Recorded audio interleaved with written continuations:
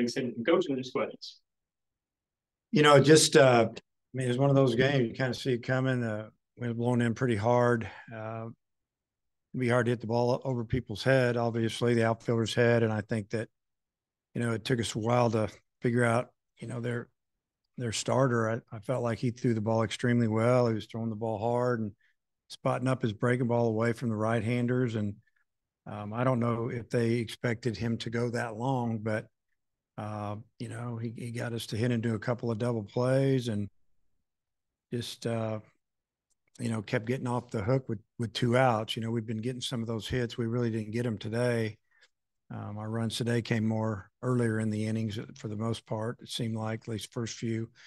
Our pitchers, they threw strikes. We only walked 2 on the day, and you got to give Wright State credit, man. Those guys go up there and swing. Again, another experienced mid-major school that they know the strike zone. They make you pitch, and we maneuvered through it. But there were a lot of balls that were hit at people by both teams today. Feel good about obviously winning the series, but even better about winning all 3. Coach, with Adcock, it seemed like he picked up a little bit of juice in his last couple innings. I think he even touched 96 a couple times. Did you see something from it? Was that maybe just a situation, had some adrenaline, you're closing a game? Probably a little bit of both. I think they were hitting him, probably upset about it. So wasn't locating where he wanted to, or they were just hitting some good pitches. Might have been a little bit of both, but he did seem to get a little bit extra there in the 9th. And, it was, just a situation where he's one of the more experienced guys that we have. And, we really wanted him to face those right-handers in that last inning. Possibility for us going to a freshman lefty to get out those next 2 guys. So glad it worked out. It seems like it's taken him about an inning to get going in his last couple starts. I remember that being something of a situation with Hagan last year. Do you think you might have to switch up his routine or something, or what's going on there? Well, he's a junior. He's not a freshman. Hagan was a freshman last year. Hunter's been around, and he needs to go out there and get it going. And, he goes 0-2 on the leadoff man, 2 really nice pitches. Next thing you know, he walks him. And that was really frustrating.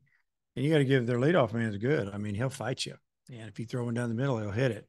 And that's about all he swings at until he gets a couple strikes on him first couple of times. Then he kind of sets you up, and he'll jump you. Maybe in his 4th at bat, he'll go after that first pitch as you're thinking he's taken. So he did a good job all weekend. He had a great weekend here. Yeah. Speaking about Holland, what did you see from him in the later innings that he made him so efficient? I felt like he could throw his changeup towards the second half of the game better than he did the first half. It just seemed like he threw, a few of those in some clutch situations, some cutters as well.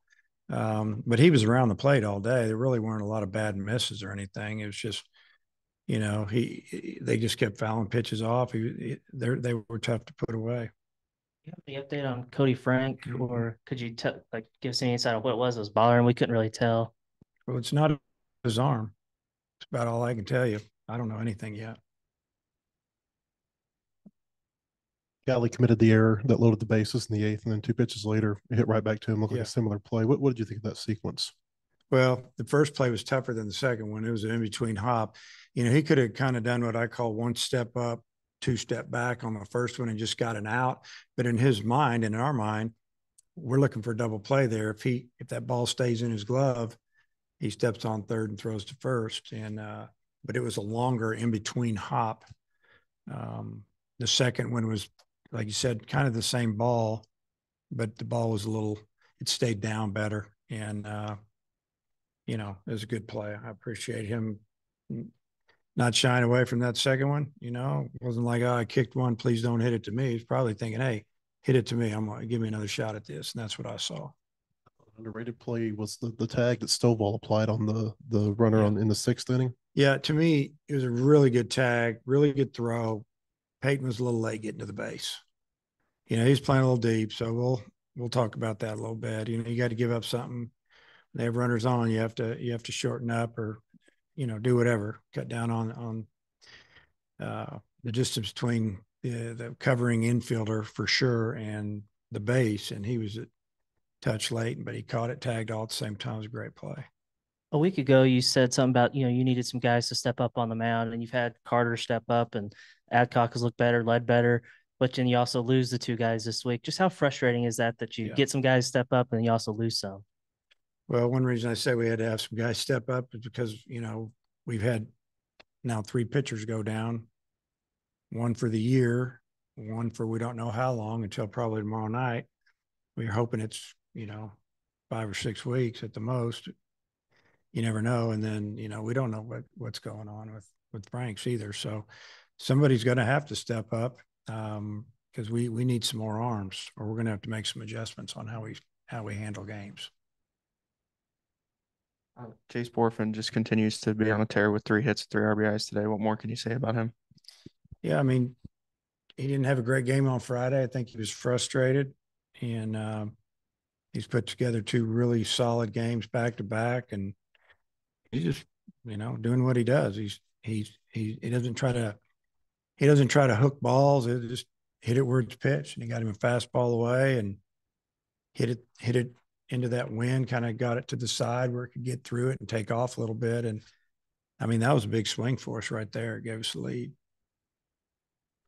It felt like in this series that all 3 of your starters were facing a lot of full counts. Is that an indication that Wright State might have been doing some things that? Well, on Friday, it was an indication that he was all over the place. And then they fouled pitches off, and I think he told you that. Yesterday, which I try to move on from, I don't really remember. Today, I thought they did a good job of fouling off pitches because I felt like Hunter was around the zone, and they just were hard to put away. And like I said, maybe the 4th, 5th, and 6th started using that. I think he's commanded his changeup better in those innings than maybe he did early. That 2-base error in the 5th inning. How important do you think that was, just considering you hadn't scored to that point?